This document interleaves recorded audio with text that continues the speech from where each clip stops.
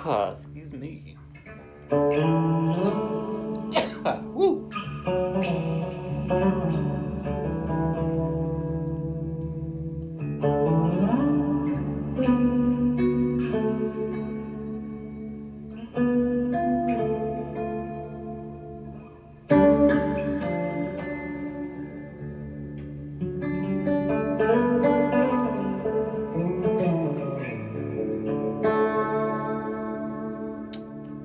Well, it's Insomnia Guitar Club time. It's where I hang out, play guitar, answer questions, anything you want to know about looping, playing, pedals, gear, production. I'll do my best to answer.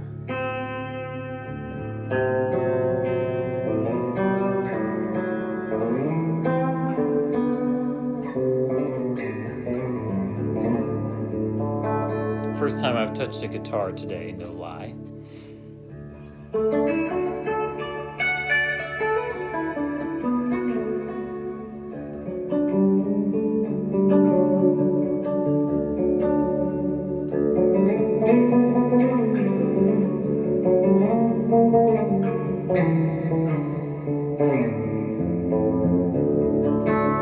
Yo, Joel. What's happening, man? How's Portland?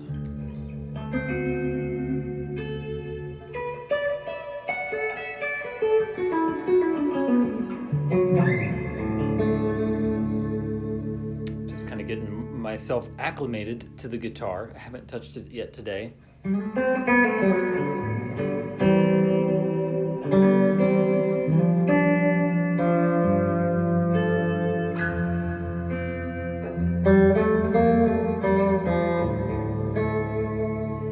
Yay, a sunny day in Portland.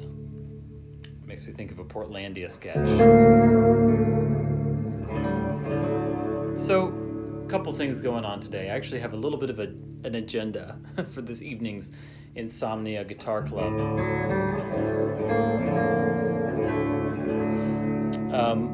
Because I have a question that somebody asked ahead of time, and I have some new guitar pedals to talk about. So, that's always an awesome thing. If you're watching this after the fact and something comes up and you wish you had been able to ask a question, just go ahead and send me a DM. Or you can email me at hello@danphelps.com. I love to connect. I love to be in touch with fellow guitar players and audio nerds.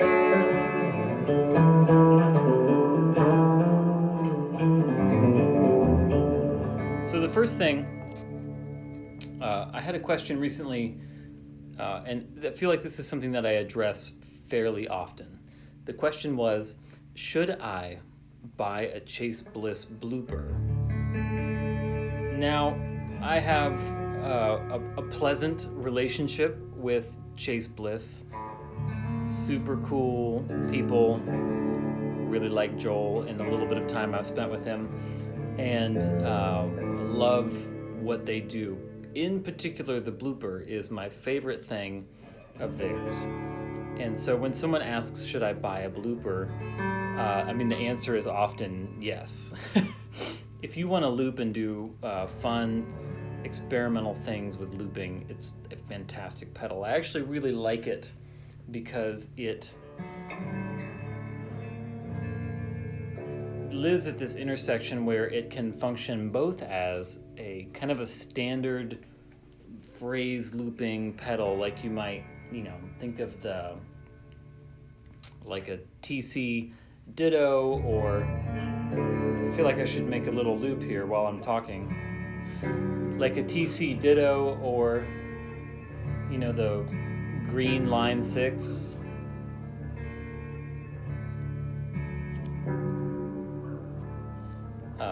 It can function totally normally in that sense. I just made a loop, a couple of chords. Sometimes I enjoy making a loop that's somewhat not really in 4/4 time or really in time, but as you listen to it, your ear sort of gets acclimated to the cadence of it.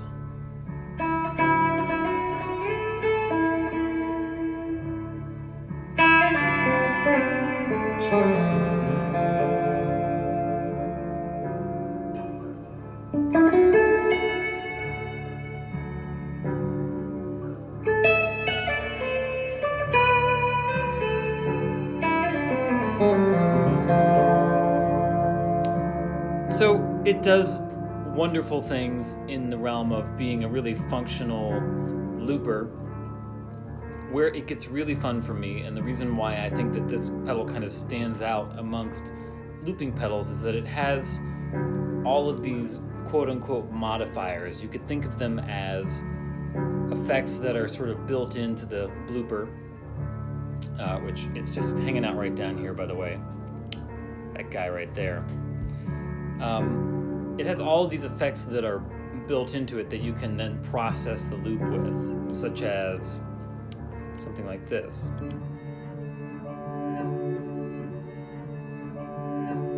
Which that's cool sounding.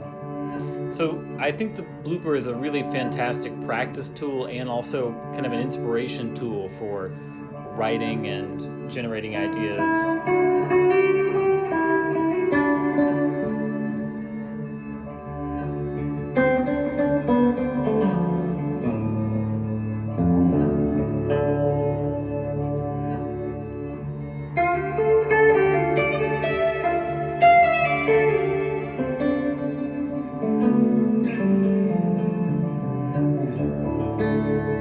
The cool thing is, if you found a combination of effects that you like, currently I have this reverse and pitch up thing going on down here with the Blooper. That's the original loop. I'm also applying a little bit of a filter to make it a little darker so that it kind of sits back behind the clean, dry guitar signal. And this is kind of a big thing for me, actually, if I could just take a minute to talk about this. Having a built-in filter in a looper is super powerful, because often if you've looped something, you know, you could roll back your tone knob on the guitar and kind of get a darker sound so that it sits behind your live guitar playing, if that's what you're looking for. But maybe you didn't do that on the fly, and you want to have something that, while still audible, is not nearly as present as your dry guitar sound. So it has a good sounding filter. Here it is, all the way down to the point of just kind of being a rumble. And you can also make it very bright, shave off all the low end. Really good sounding. I love having that feature in there as one of the modifiers. Now, something that's cool is if you found a combination of things that you like, such as that filter and this pitch effect, you can re-record that into the loop thusly. And you can either record it so that it's additive, and every time the loop goes around it adds another layer of that, which would basically cause the pitch to just go up and up and up and up, and the sound to get darker and darker. Or you can do kind of a one-shot thing, which I will do now, kind of lock in this sound.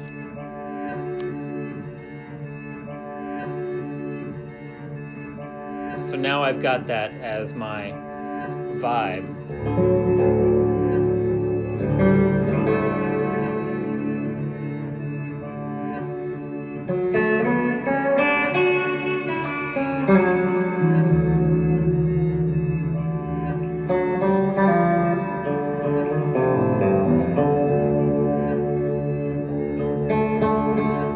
Of course, I can overdub on top of this. I can layer things into it.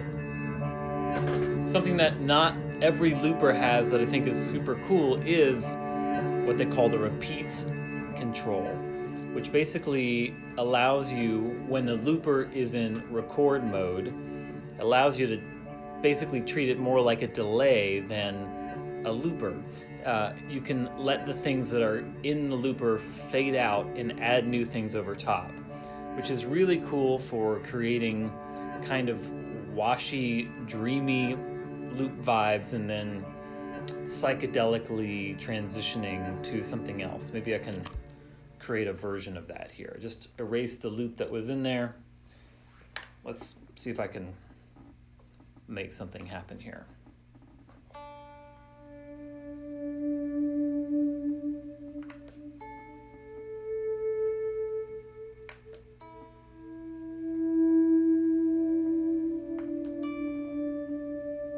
Using my volume knob here.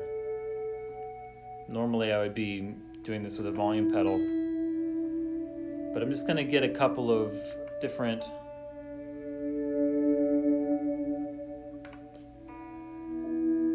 pitches going in here to kind of just create a washy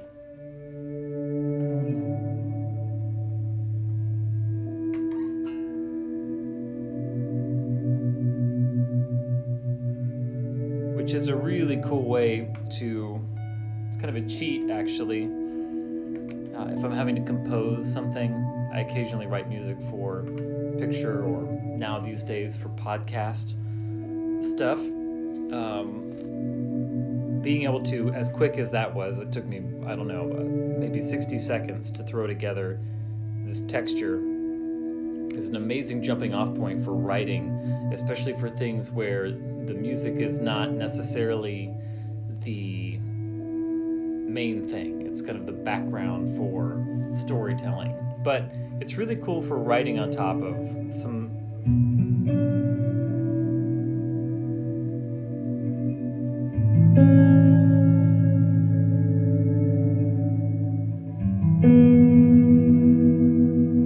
so this could be a thing, you know, this could be, if I sang, I could sing over top of this.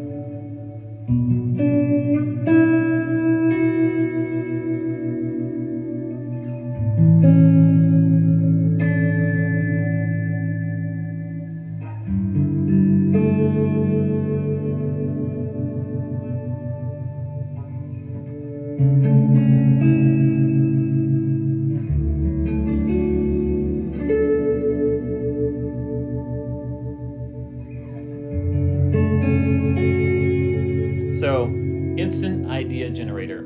Now back to the repeats knob. So if I turn down the repeats knob, I'm going to put it at just a little over halfway. When I put it back into record, it's basically going to function like a long delay pedal. And I'm going to just lay in some other notes. This is kind of a cool thing if you do live looping performances. It's a way that you can sort of shift from one motif to another. It keeps you from being locked into that thing where you have a loop going and then it's like, man, we've been listening to this loop for a long time and I don't know how to escape from it other than just turning it off. So if I put it into record with the repeats knob down, I can start laying in new things. I could even transition to like a whole new tonal center, which I will attempt to do now. If anyone has any questions or things they want to share as I'm going, pop it in the comments. So, laying in new notes while the old ones die out.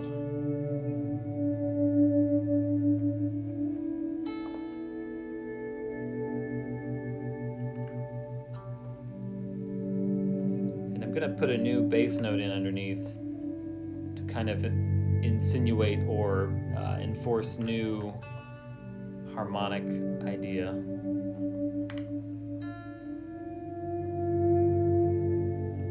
And now I'm dropping in some notes. We're going from kind of E major to kind of an A minor vibe.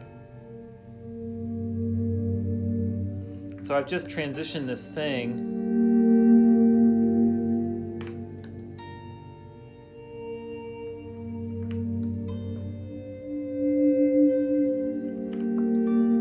vibe here. And now, when I take it out of record, that new thing is locked in there. So if I'm live improvising with the Blooper as kind of my improvising partner, this allows me the opportunity to shift tonal centers, to kind of let one loop die out and go into a whole other vibe, as I have done here.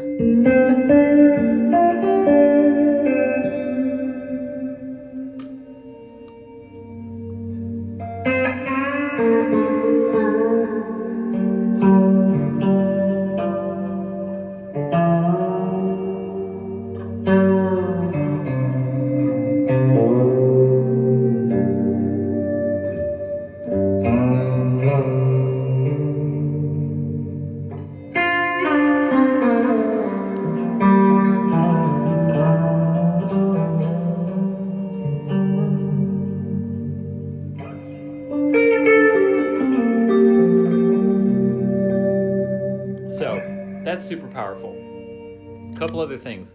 There's really more things that I like about the Blooper than I can cover in just this session.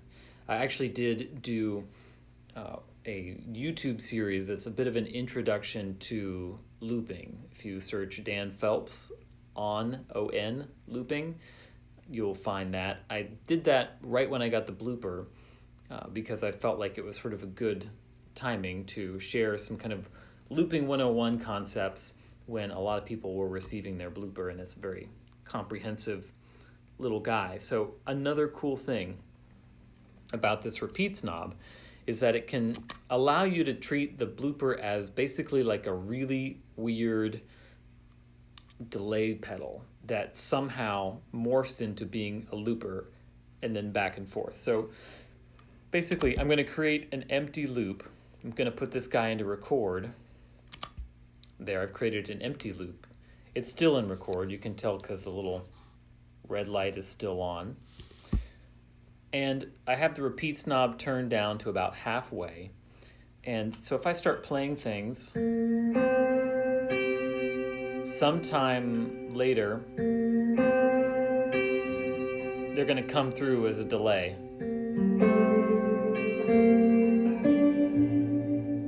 So it can be a really long delay line. Now, here's the cool thing. If you add some of the modifiers to it, like the filter, we kind of darken that up.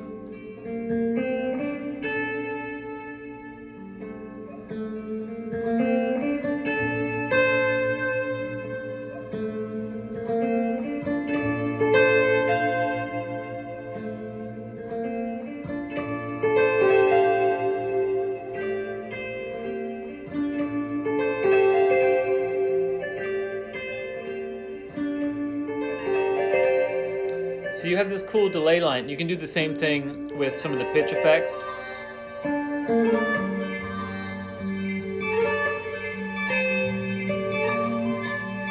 They get kind of wild as they get higher and higher. But, so really freaky delay, but the other thing is I can be improvising here, looping, basically playing with the delay in a kind of creative and constructive way.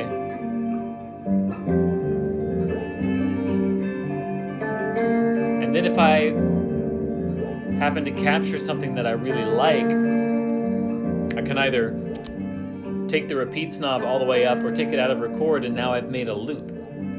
So I basically improvised my way into a loop. And then when I am tired of this, I can put it back into record and start replacing the stuff that I've already recorded.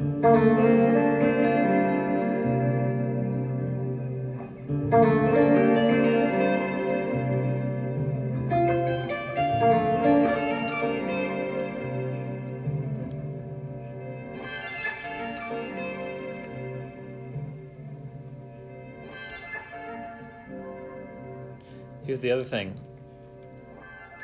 You can also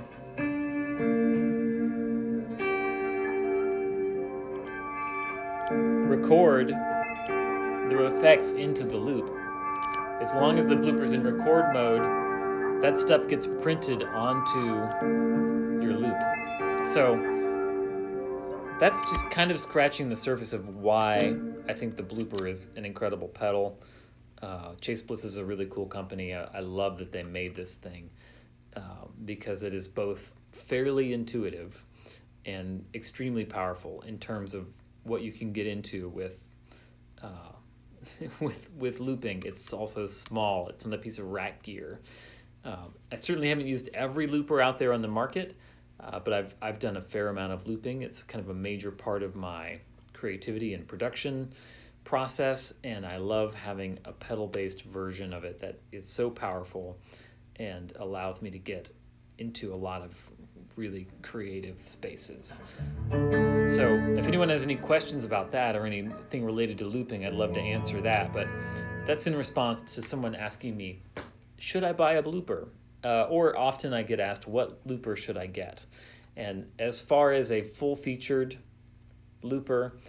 I think the blooper is the way to go. There's a lot of other very interesting kind of micro loopers or more abstract looping pedals, like the Count to Five or the Chase Bliss Mood. Those are all really awesome. But for looping and being able to do longer pieces and kind of slide in and out of that looping space, I think the blooper is phenomenal.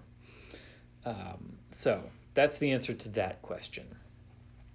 So also today, 2 new pedals arrived in the mail. If you've been following along, you probably know that I'm a big fan of Old Blood Noise endeavors, and have developed a lovely friendship with those guys as well. They're super cool, and they make really fascinating pedals. I've been using the Minim, which is one of my favorite reverb, kind of ambient, weird, I call it a Merc generator. Like, it just makes really cool space. Also, by the way, I'm playing through my trusty Monarch, my Benson Amps Monarch, serial number 001. It's as Monarchs go, it's kind of like the grandpa. But I got some new stuff in the mail from Old Blood Noise that I haven't even plugged in yet. So literally, I haven't tried to use these yet.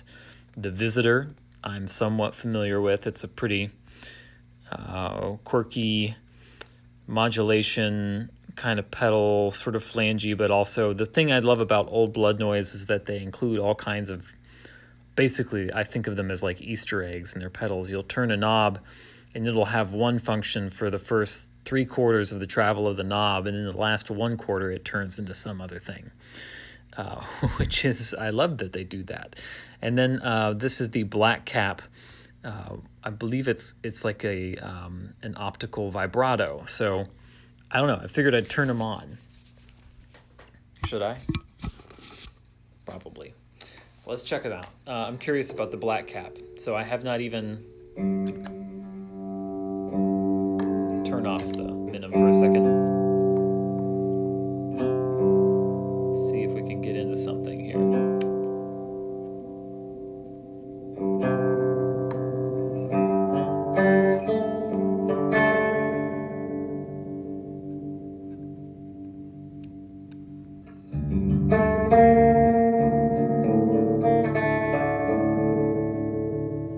That's cool.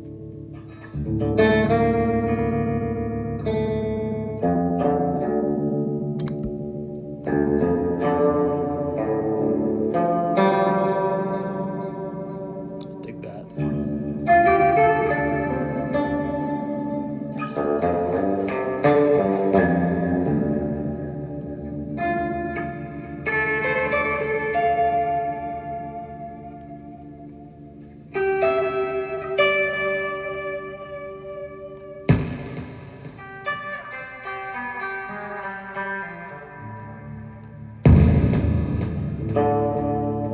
So there's that.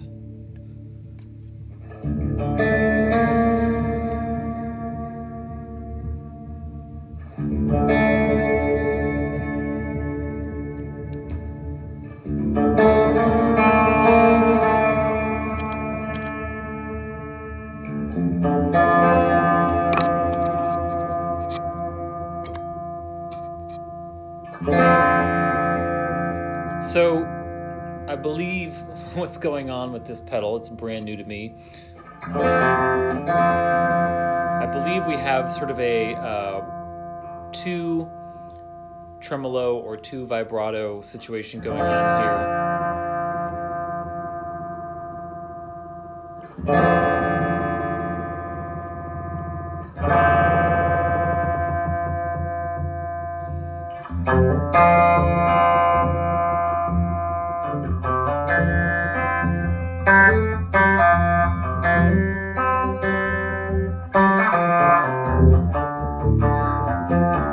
That's cool sounding.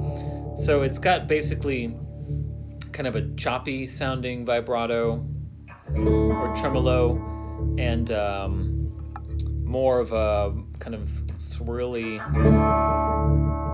optical vibrato on the other side, which is really cool. And they can be run in parallel or series. Man, I dig that sound.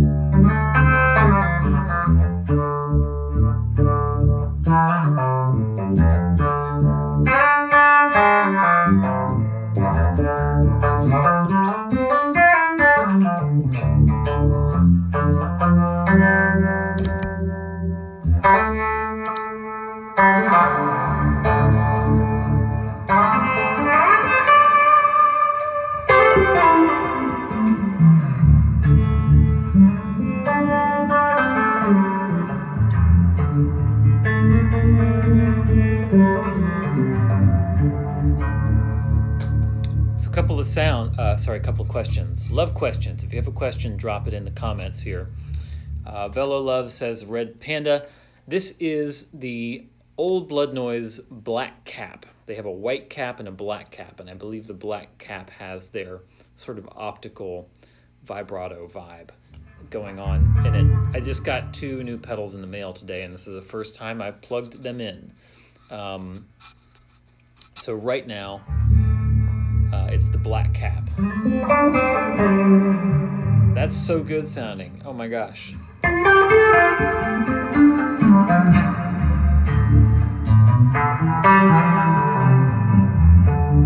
Makes me want to get my like Buddy Miller vibes on.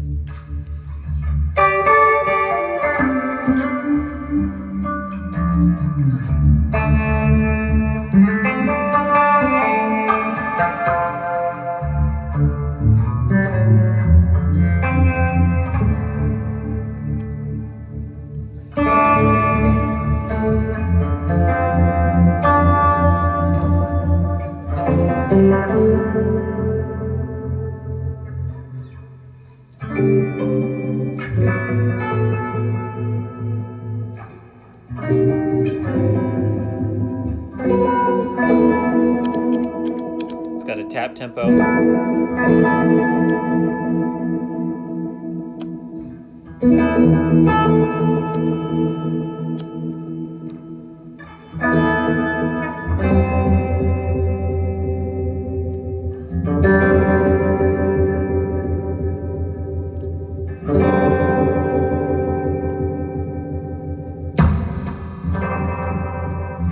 can also run them in suit. Well, that's cool sounding. That's interesting.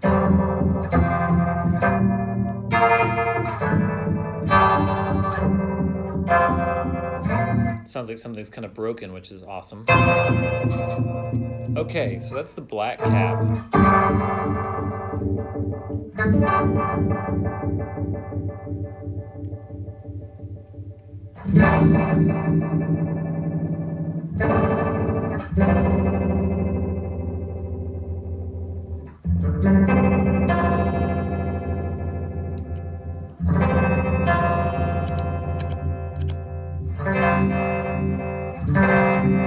Man, that's really cool sounding.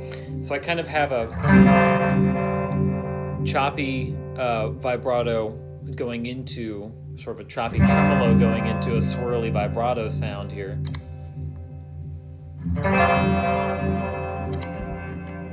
Let's just add some more vibes.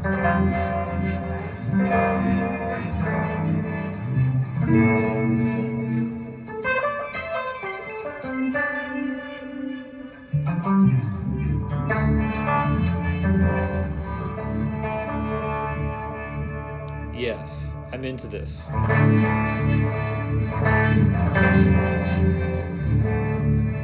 Choppy to swirly, yeah.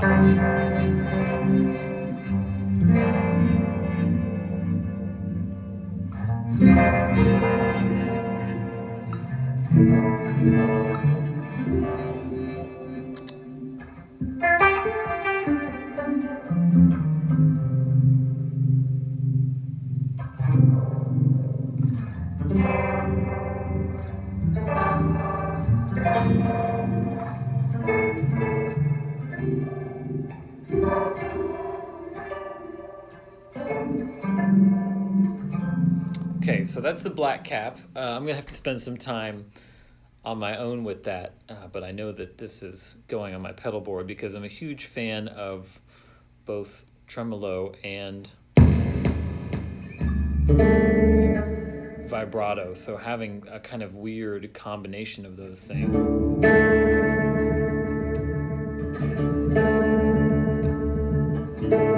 And I'm sure that there are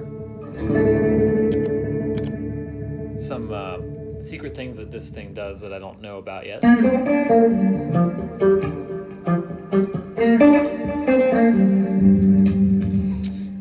Velo Love asks about this guitar and the bridge pickup. This is my Cole Tornado, and this is a I believe this is a Harmonic Design VP90, and this is a custom humbucker that doesn't really sound like a humbucker, that was built by a luthier named Dominic Ramos. So I got this guitar from David Torn, who is a musical guiding light and one of my absolute favorite players. And these are the pickups. It originally had 2 of the VP90s in it, and he had this remarkably great humbucker wound for it. It's really great sounding.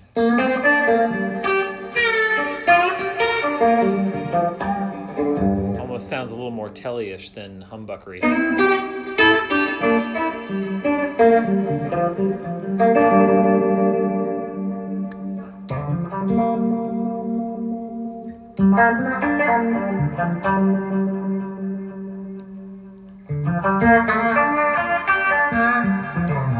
And yes, I am playing a Monarch. I've got my little where is that guy? There he is. I'll lift up my arm. You can see him down there. That's Monarch serial number 001, holding it down. I've also got the old Blood Noise Minim giving me a little delay reverb vibe. So let's talk about the other pedal that I got. I also got a Visitor by Old Blood Noise, which I have heard before, and a couple of weeks ago I was on a live stream with those guys talking about the Visitor and the Dweller, which is over here. Already one of my favorites, super weird and interesting phase delay thing. When they explain it, I kind of understand it, and then I forget, and I just kind of engage with it as it is. But we were talking about the Dweller and the Visitor, and they were pulling some really different and interesting sounds out of the Visitor. So I just turned it on for the first time here.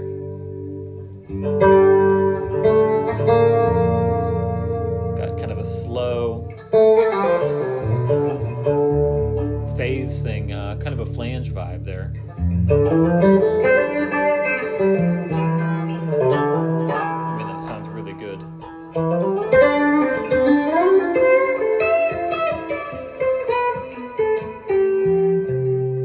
Someone asked a question about recording levels. I'd like to jump back to that.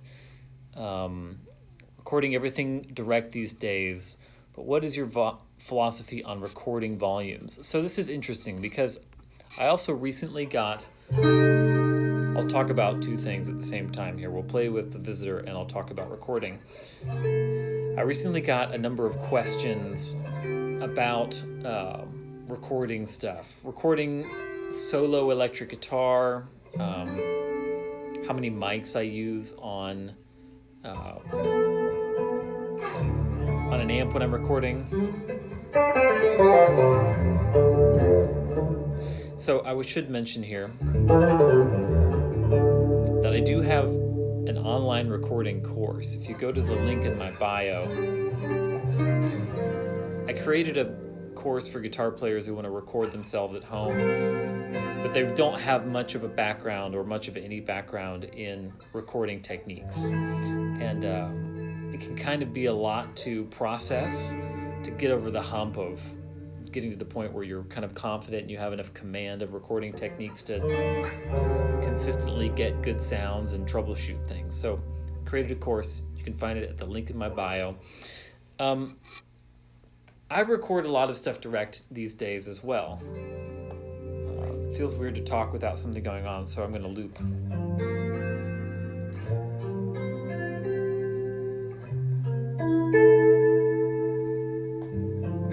So we have a loop now.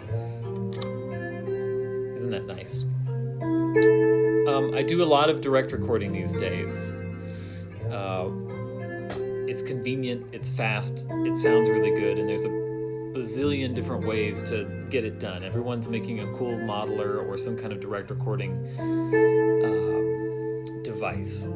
Kind of my two go-to approaches for that would be to use the Fryette Valvulator GPDI. It's sitting right here so I can show it to you. It's just like a little 1 watt-ish tube amp that has a analog cab emulation section. So I like that it's not digital, there's no latency, and it's very immediate. It kind of functions like an amp. I can get in there and turn knobs and kind of get something going quickly. The other thing I use a lot is my Benson Dizzy-Bird, which is a combination of their, of course now that I'm saying it, it's a combination of their Vinny amp and the Tallbird Reverb in one chassis. It's sitting over there. Sometimes I use that through a cab simulator. It's just a very different vibe. It feels different than the Fryette. Those are kind of my two direct recording options, and sort of depending on what mood I'm in and sort of what vibe I'm going for, I'll pick one or the other.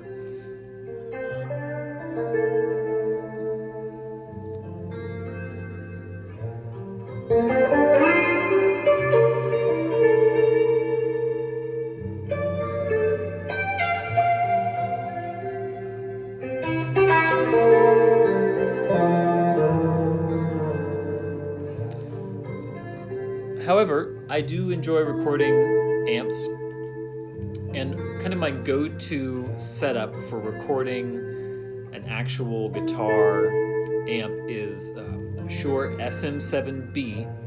It's kind of a large cousin of the SM57 that gets used a lot for broadcast. You see it in front of a lot of, currently on my amp right now, you see it in front of a lot of live music videos, and radio personalities use it. It's a little rounder, a little smoother sounding than the SM57. It kind of is similar to an SM57 mixed with a ribbon, if you will. That's kind of my primary mic, and usually that's either right on the grill or a couple of inches back. I'll sort of tune the low end of the sound by moving the mic either closer to or further away from the speaker. That's called proximity effect. Rarely do I put a second mic up close on the speaker. I try to get what I want from that one mic. If I'm really needing to dial in something more specific, I might put a ribbon mic on there, or depending on how loud the amp is, I might even put a condenser microphone there and blend in a little bit of something else. I don't love recording multiple mics because I'm usually designing my sounds and shaping them. I feel like I should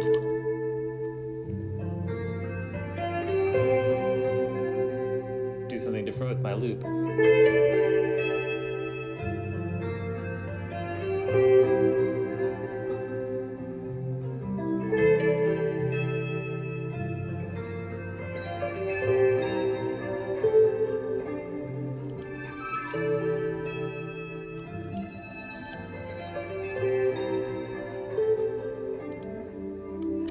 So let's go somewhere else.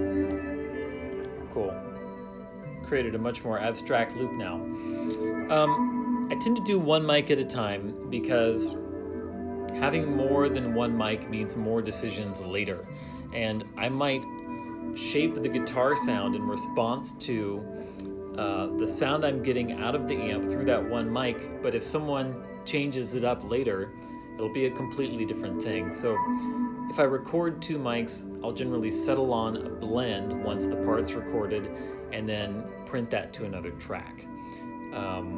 Good question.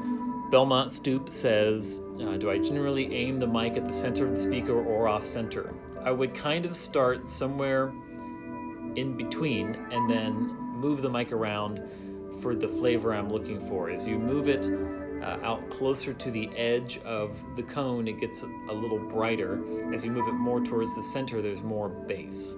So I think that's how it goes. Sometimes I forget which version it is, and then I'll just scooch it around and listen. I often use my Blooper to record something similar to what I'm playing, and then I'll get down there with some headphones and move it around until I find the frequency that I like.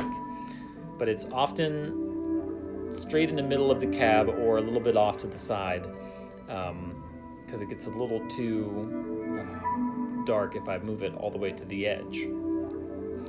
So I tend to keep it really simple because I'm usually engineering myself, and I want to focus on playing and writing a great part and getting a good performance and creating a vibe more than I want to worry about getting hyper specific about my guitar sounds. Generally speaking, I very rarely record 2 amps at the same time, only if it's very specifically a stereo guitar sound, or recently I've been doing a record with a really fantastic guitar player who plays solo electric guitar compositions. She's amazing. Her name's Jamie Stillway. You should check her out. And we're recording her through a stereo amp setup because that's what she wants to hear in the room, and so that's what we're doing. It sounds really good. But in general, I'm doing 1 amp at a time. If I want to layer a sound, I tend to overdub rather than try to record 2 amps at the same time. And I usually record in mono and then apply stereo effects later if that's what I'm looking for. I can kind of dial in things a lot more specifically for the mix if I'm using plugins than if I'm doing it with 2 amps that may or may not, I don't have 2 identical monarchs, so you have kind of the discrepancy between 2 amps. So if I want like a real clear stereo effect, I'm going to create that kind of more at the mix stage or with plugins once I've got a general idea of what I'm doing, which is another reason why I record direct a lot, because I can go direct, it sounds really good, and I can dial in specific stereo sounds or spaces or ambiences with plugins that fit just in the right place in the track. So that's a little bit of perspective on that. Hit me with any questions. I'm not going to pronounce your name right, but Nakarin Tirapinam, who is a really good guitar player, I follow you, my friend, asked if I use the SM7 with a cloud lifter. So that's a reference to the fact that the SM7 has a relatively low output. And because of that, sometimes people use it with what's called a cloud lifter, which basically is just like a clean boost for a microphone. I generally don't, because guitar amps are loud enough to not need the extra boost. I have 2 mic preamps here in my studio. I have an older Yamaha PM1000 console, and that sounds really great on guitars, and guitar amps are usually loud enough that I don't need more volume. Or if I'm recording like a singer or something really quiet with the SM7, I have a really clean, loud preamp that I can use that does just fine. So I don't usually use something like the cloud lifter. All right, back to the visitor for a minute, and then I'll have to get rolling. Really good questions. Thank you so much. If anyone's got another question, just pop it in the comments there. So yeah, I tend to keep the recording thing really simple, especially if I'm recording an amp. The fewer moving parts, so to speak, the better. If I'm getting really picky about certain sounds, there are other techniques that I'll use. I might include a room mic. If I'm playing fairly loud, my family's out of the house and it's the middle of the day and I'm not going to drive anybody crazy, I might stick a mic outside the studio in the living room. like a condenser microphone and capture some natural reverb and delay. There are a whole bunch of other things that I will access, as needed, other techniques, which, as I mentioned before, I do have a course called Recording Guitars at Home. You can find it at the link in my bio. And it's for anybody who just wants to get started and needs a crash course in recording techniques for electric guitars. And there's also some really creative approaches to miking in there that are really fun. Ways that you can use different polar patterns, different microphones to create cool sounds. So we're back on the visitor here for a minute. And I'm just, so far I haven't heard a sound that I dislike. Different versions of really beautiful modulation.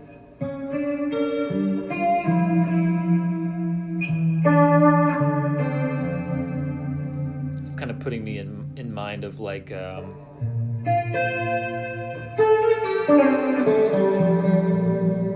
some really cool like 80s ECM guitar tone.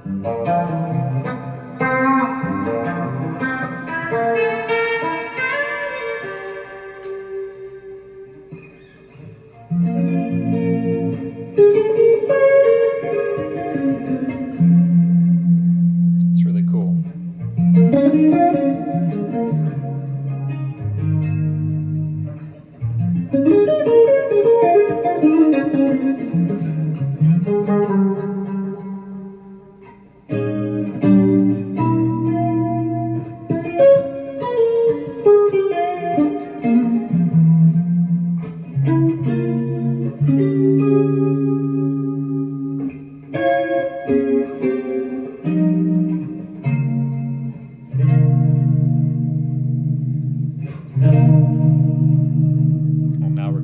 That's cool.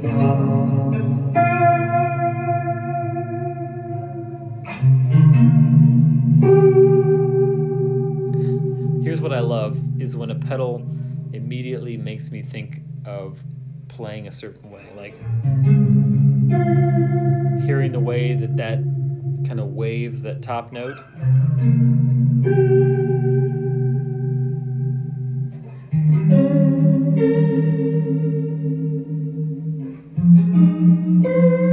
I love when I get a new pedal and I discover that there's music in there.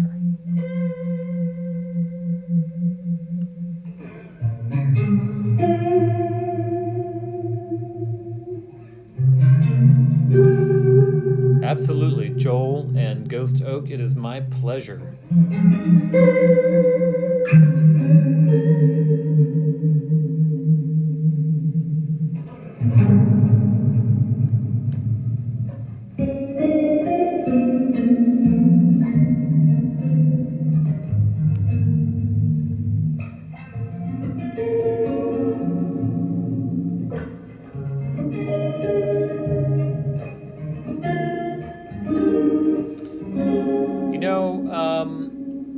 Velo Love, Galen, it's good to see you on here, says, the other day you said there was a pedal company nearby that you hadn't been to yet. Do I recall what pedal company? I may have been talking about TV Jones, which is a pickup company. They actually are in the next town over from where I live. That might have been what I was referencing.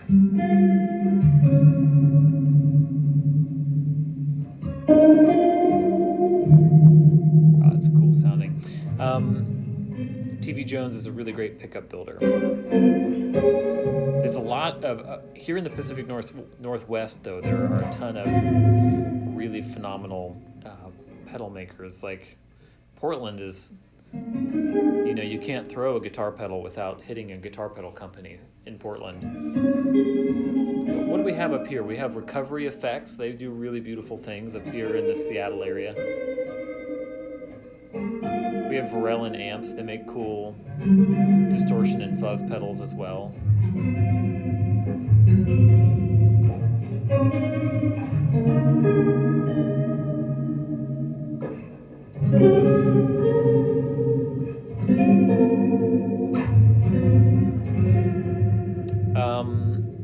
reverb is from the Old Blood Noise Minim pedal, which is really cool.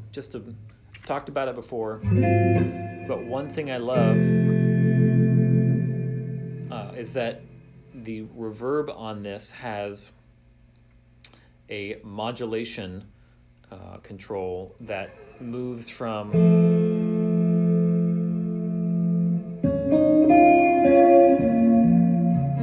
kind of a slow, undulating tremolo thing to almost a vibrato.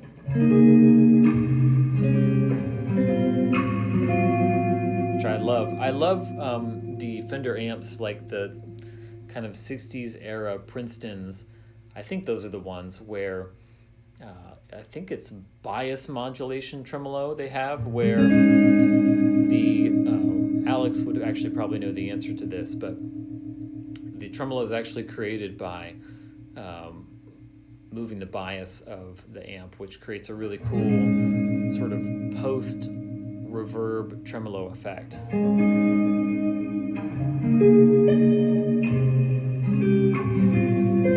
So I love that these guys decided that the modulation control on this reverb would be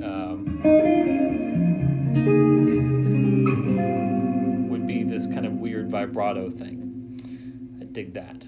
Yeah, so Alex, I am using the Visitor, which is also like a unbelievably delicious color of purple. Whoops. Check it out. This thing is just like,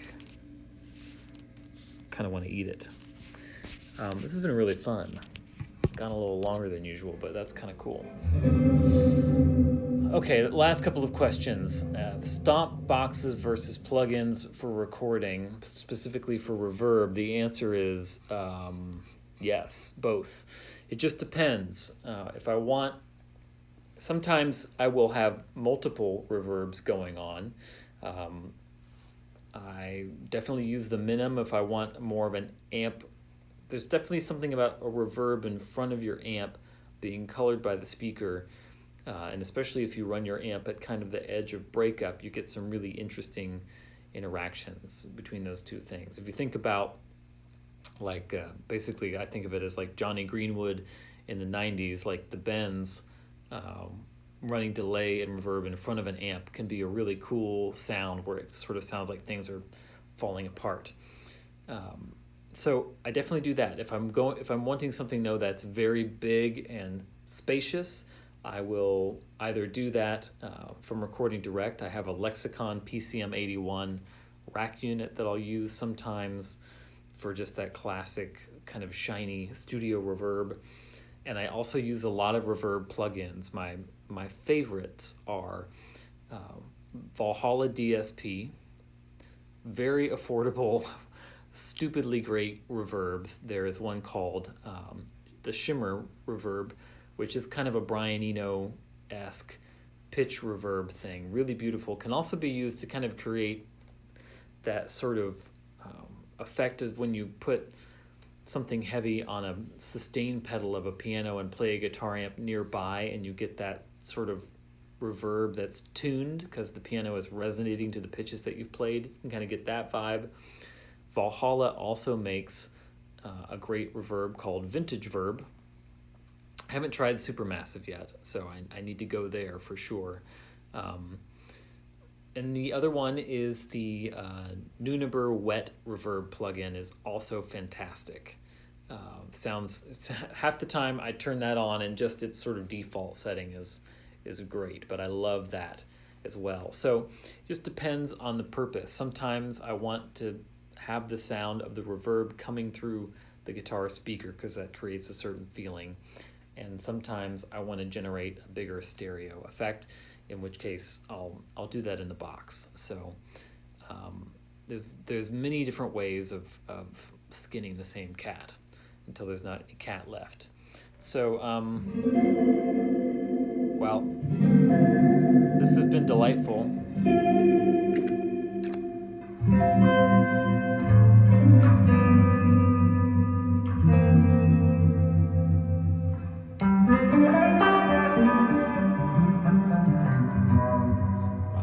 loving this.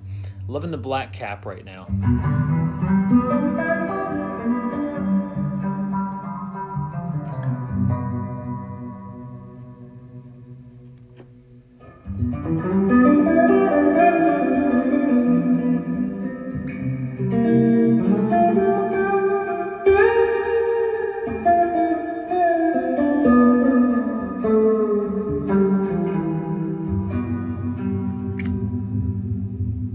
Modulation super fast.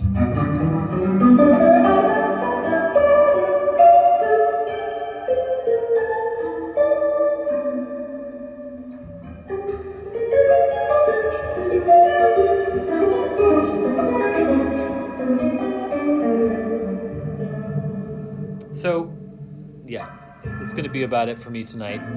Thanks for the great questions. Really enjoyed this.